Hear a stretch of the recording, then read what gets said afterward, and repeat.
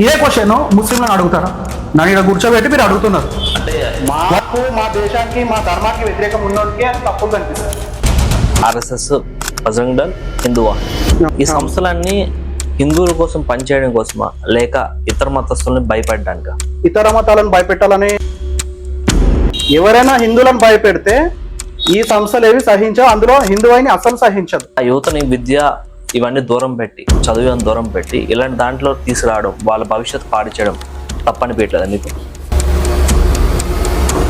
ఒక కార్యకర్త వాళ్ళ లైఫ్ స్టైల్ ఎట్లా ఉందో వాళ్ళ జీవన విధానం గడుపుకుంటూ హిందువుల కోసం, హిందూ సంస్థల కోసం పనిచేస్తుంటారు. హిందూ వాహినామని, బజరంగ్ దళ అని, ఆర్ఎస్ఎస్ ఈ సంస్థల్ని అతివాద సంస్థ అని అంటారు. అంటే మీరు ఎక్కువగా వైలెన్స్ చేస్తారని చెప్పడం జరుగుతుంది. సో దానికి మీరు ఏం చెప్తారు? హిందువుల మీద వంకర మాటలు మాట్లాడితే అసలు ఊరుకునే ప్రసక్తే లేదని కరాఖండి చెప్తాం. గోవుల్ని వధించడం తప్పని చెప్తున్నారు. అవును. ఆ గోవుల్ని అమ్మేది కూడా హిందువులే. వ్యవసాయానికి పనికిరాని గోవులు అట్లాంటివి ఉంటే అమ్ముతారేమో, కానీ వీళ్ళు డైరెక్ట్గా తక్కువ రేట్కి తీసుకొచ్చుకొని బయటి రాష్ట్రాల నుంచి, పల్లెటూర్ల నుంచి తీసుకొచ్చుకొని కోయడం ఎంతవరకు కరెక్ట్?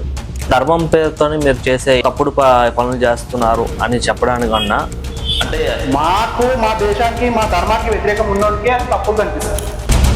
హిందువుల కోసం డైరెక్ట్గా రొమ్ము విరిచి నిలబడే సంస్థ హిందూ అయింది. మీ దృష్టిలో రాజ్యాంగం గొప్పదా అంటే మీ సంస్థకి, లేదంటే మీ భావజాలు గొప్పవా? ఇదే క్వశ్చన్ ముస్లింలను అడుగుతారా? నన్ను ఇక్కడ కూర్చోబెట్టి మీరు అడుగుతున్నారు. వాళ్ళు ఏమంటారు? మాకు మా ఇస్లామే గొప్పది, మా ఇస్లాం తర్వాతనే ఏదైనా అని అంటారు. హిందూ సంస్థలు ఏమంటాయంటే హిందువులు ప్రమాదంలో ఉన్నారు అని చెప్తుంటారు.